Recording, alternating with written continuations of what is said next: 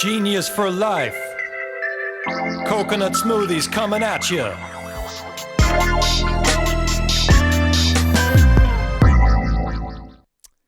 Hey, how's it going? Welcome to 15 Minutes of Genius. I am Alex Baer. I'm the founder and CEO of Genius Juice, if you couldn't tell already. And really excited about our guest this week. I've known her for probably about 4 or 5 years since she got into the CPG business. So I'm going to roll into that. But before I do, I would like to give an amazing plug for my buddy, Mark Nicholas. He is the king of the castle. He is amazing. This guy waving over here, the guy with a big quarantine type beard, with Manhattan Beach Studios, obviously filmed in Manhattan Beach, not far from me. I'm in Redondo Beach. So if you ever need any, audio, video, editing, he does it all. He is a genius in his own respect. All right, let's get right into it. So again, super excited. They have probably one of the most kick-ass energy drink products on the market. I have Laura Jacobson from TeaRIOT, and also she's the co-founder and chief rioteer. And then also her husband, who is not joining us, but he is here in spirit, Steve Jacobson, co-founder and Captain Crush It. Let me do a little intro here before we bring them on. TeaRIOT is the market's first 100% plant-powered energy drink with established brand recognition and national retail footprint, including Whole Foods, nationwide distribution, baby. The brand is on a mission to positively energize people everywhere with the power of plants. TeaRIOT holds a differentiated positioning based on offering the same functional energy as a traditional energy drink from better ingredients at a parity price of $2.99. That, even I can afford that, and I'm pretty poor. In an energy drink category full of chemicals and high sugar. TeaRIOT has no added sugars and no lab-made stimulants. It is simply brewed tea, real fruit, and sparkling water with approachable energy drink flavors. Laura, how is it going? Hey, Alex. So happy to be here with you. Totally. Riding live. Here we go. Riding live. And literally, you found out about being on the show a record 4 hours ago. Yeah. And got the call, got the text. You're like, you know what? I am game. Let's do this. So I admire that. Just going right to it. Day of. Hey, you too. I'm always impressed by your nimbleness as part of being an entrepreneur. Ready for the moment at any time. Definitely. I'm definitely nimble because I'm really skinny. So, all right. So let's get into it here. And like, I love the barrel you have in the background. I've seen it in Instagram videos where you're like comparing TeaRIOT with other energy drinks. So it's that barrel seems to be appearing more and more. It's like part of the TeaRIOT family. Yeah, it's definitely the heart of our riot right now, especially in COVID, needing to get digital and be iconic at the same time. But I'm never far from my barrel. It is a relic from the not executed Expo West of 2019. So, or 20, what year are we in? 2020, I guess it was. So, I'm losing track also. but anyway, we try to use it as much as we can. Definitely. It's a good quarantine system too. You can just stay in the barrel and that's instant quarantine right there. All right. So that's right. You got my protective layer. Yeah, Here, exactly. really quick, Alex, I just wanted to thank you for having us on the show. Steve's here in spirit too. One of my first memories of stepping into this business is actually meeting you. And so I think it's the first kind of iconic moment of one of the things I love most about the business, which is good people, and just, contagious generosity, and your spirit of always reaching out to people is always there. So I think it's one thing in all of us who are trying to do better for you food. The collaboration and camaraderie is always a lot stronger than the competitive threat. And I appreciate what you did early on for us. And I think the spirit of the show is doing that too. So thanks for contributing that to the industry. Oh yeah. Thank you, Laura. I mean, it's all about, we're in this together and it's as we both know, a very, very tough industry. So by sticking together, supporting each other, that's how we're going to truly succeed and get an edge, right? It's not supposed to be cutthroat. Really, it's good to help each other, right? So, all right. So let's get right into it. So, okay, I just want to hear really, I mean, you already addressed part of that, how you got into the CPG space, but I just want to hear more about, I know you are a previous CMO, and I'll let you get into that, but how did you ultimately get into the CPG space? Why? And then what was your prior experience that really led you to the path here to TeaRIOT? Wow. So, what got me into the CP? I stumbled into the CPG space as an entrepreneur. So, in my previous life, I was a brand strategist and helping lots of brands, with their what is their brand equity, what did they stand for, and how did they connect with consumers. And ultimately, I stumbled into CPG from retail. So, I worked for Pinkberry prior to this. And really, the reason I did was out of my own consumer need. So I was living off of coffee, not feeling great, needing lots of energy, traveling all over the world for my position. And I just wasn't finding anything in the market that I wanted to consume myself that would energize me in a positive way with the ingredient integrity I was looking for. So literally, it became a scratch lab in our kitchen. And when we first started, and I started mixing stuff together at home. And Steve and I really enjoyed the product and we're using it in our daily lives. And then friends started to taste the product as they came in. And it really is the heart of it all, is really owning that consumer insight on what is it that people need that the market isn't offering, and then asking yourself why it didn't exist. And so it was really a passion of wanting the product myself. And from that, we decided to basically depart our careers and open up one farmers market stand and see if people came back every weekend to try TeaRIOT. And who would riot with us? We just wanted people to riot. So people were really looking for that disruptive energy that none of the big players are delivering, and quite honestly have a lack of trust to deliver the type of ingredients that we are.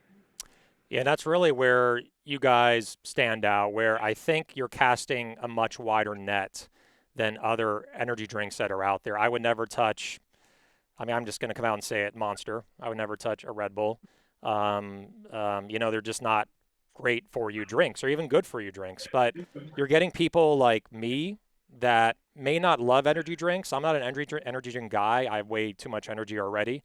But you can get someone like me because it has straightforward, clean ingredients in the product. So I want to get into the name, by the way. TeaRIOT, where did the name originate? So it really came out of a conversation between Steve and I saying, what are we here to do?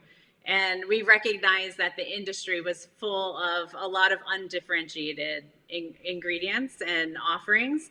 And so we said to ourselves, we're really going out to start a riot, a positive riot, like really a transformation of what people can expect from energy. And what a lot of people don't know is riot means to represent those that are underserved. And so that's exactly what we're doing with TeaRIOT and what we put together. The proposition of being 100% plant-powered energy drink. You don't have to drink chemicals. You can be energized by plants. And so for us, that was a very pivotal kind of riotous moment to compete, develop an iconic brand that can compete with established iconic brands, to rally people around what the younger generation and increase, as people increase their knowledge of wanting better options, what they're going to choose over what exists today. Definitely. And, just on that note about differentiating and being unique and standing out with all the other giants that are, on the shelf right now, I don't have this question written down, but it just came up in my mind. For all the entrepreneurs that are watching that are creating brands that are within an existing category, a very popular category, right, like energy drinks, how are you communicating to the consumer how this product is better for you?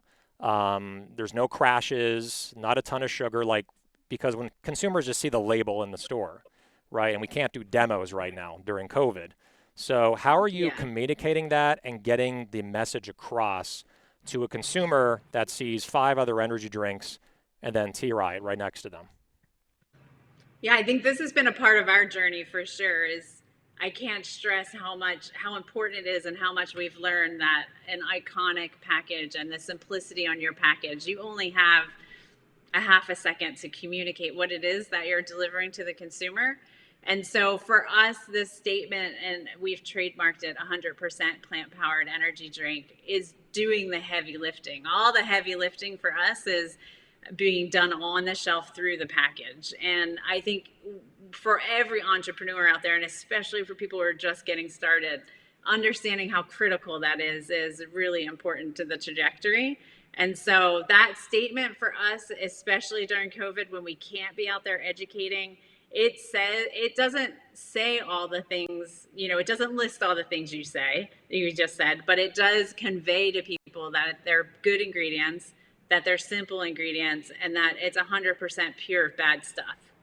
And just to be able to say that in a half a second for somebody to pick it up and then turn it around and look at the ingredients, for us has been doing the job. And we've actually, for those for those watching who've seen TeaRIOT, we have pivoted the product, and our prior product, didn't communicate as clearly what the benefit of the product was. So we clearly look like an energy drink, and that statement's helping us a ton. I got to say, like, that was, I remember like when we text about this, right? Because we're just talking about our journey. I think you said something like we learn and then we take action and we pivot and we're nimble. You mentioned the word nimble, and I think super respectable. I have so much admiration for you and Steve, where you recognized where the product is great and also recognized what you really needed to work on from a branding ethos to get people to better understand what the product is about and what it delivers upon efficacy wise. And you also, I think, you identified with, you are now bringing out the riot, right? The branding is riot. And that really, to me, is synonymous with energy. So I think you embraced what your brand is all about with this product, and it was a great pivot. From what I can tell, the product, I go to Whole Foods Torrance, Whole Foods Redondo, it's moving. I see empty slots, partly because it's Unify. Yep. But yeah, I see empty slots. I see people buying it, and it seems to be doing that pivot seemed to really help you guys, right? It's definitely an unmet need. People want it. We've seen that. Our sales, even during COVID, it's transformed the business from what we were doing before. And I think a really important thing to note, and Alex, I see you do this too, and we do it as well, but seeing your posts on LinkedIn when you're in Publix at a store level, or recently I just noticed all the Publix pictures, but I know you've been at HEB too, and congrats on all those new distribution.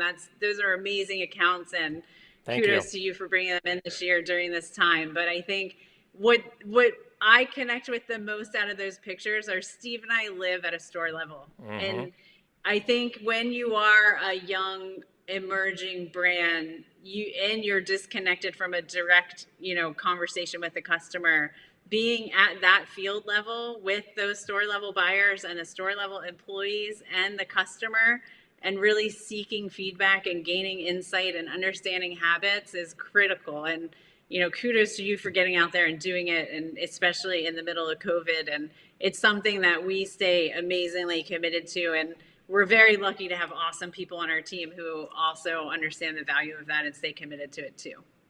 Yeah, I mean, you hit on so many, honestly, just genius like words of wisdom, like in what you just said, where you got to be at store level. Obviously, you have a very super energized and great team that's representing, that's rocking the brand, and they're drinking TeaRIOT, giving them even more energy. So, but yeah, like, Yeah, lucky for us, everybody needs energy at a store level. So yeah, we're always tossing those cans around. it's like the perfect drink. You don't want to give them like, a melatonin supplement, at store level and put them to sleep. So especially if they're operating a forklift or something. So, but yeah, I really think visiting at store level is so key, because what I learned when I went to HEB and Publix, Florida and Texas, getting a few like raving customers in the store to buy the product over and over will make that store velocity go up so much. Yep. You don't have to get everyone. You just got to get one person to buy 1,000 bottles or cans instead of 1,000 people buying one. That's really carried our brand, and I'm 100%. sure there's a lot of followers that are very devout to TeaRIOT, which is really what's led to your success and your velocity. Last question, we got to wrap it up. We're basically out of time, but I'm going overtime with this. I don't care. So what? Yeah, Your show, man. So I can do whatever I want. Riotous. Come on. Yeah, I mean, look at Joe Rogan. He does a 3-hour podcast, I can go 2 minutes over and not get arrested or something. So, That's right. words of genius. I mean, in knowing you for the last 4 years, seeing you grow your brand, you and Steve growing your brand and your team, getting into Whole Foods nationally. One thing I've always respected about you is your persistence to like get to that buyer, get them to say yes, and really just selling them on the value of your brand and product and how it's going to bring value to their stores. What is your advice to all the entrepreneurs out there that are banging on the doors, trying to get into retailers, how to build a brand, how to position yourself? I know a lot of questions, but generally, what have you learned that is most valuable to what's led to your success in building TeaRIOT? What can you offer to other entrepreneurs that are watching?